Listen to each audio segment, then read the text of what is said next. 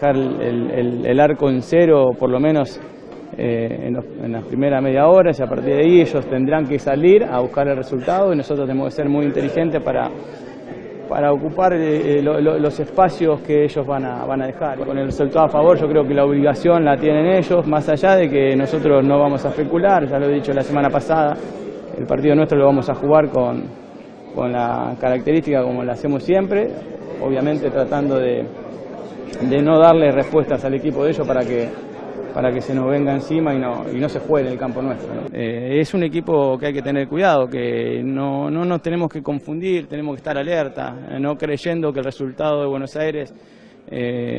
definió todo, ni mucho menos, ¿no? Eso sería muy peligroso para nosotros. Volver a los primeros planos internacionales, después de algunos momentos feos y dolorosos, a nosotros nos tiene muy ilusionados, entonces poder representar otra vez en una instancia de semifinal a River para ponerlo en una final que nos podría dar una chance nuevamente de poner al club, ganar una estrella más, sería espectacular.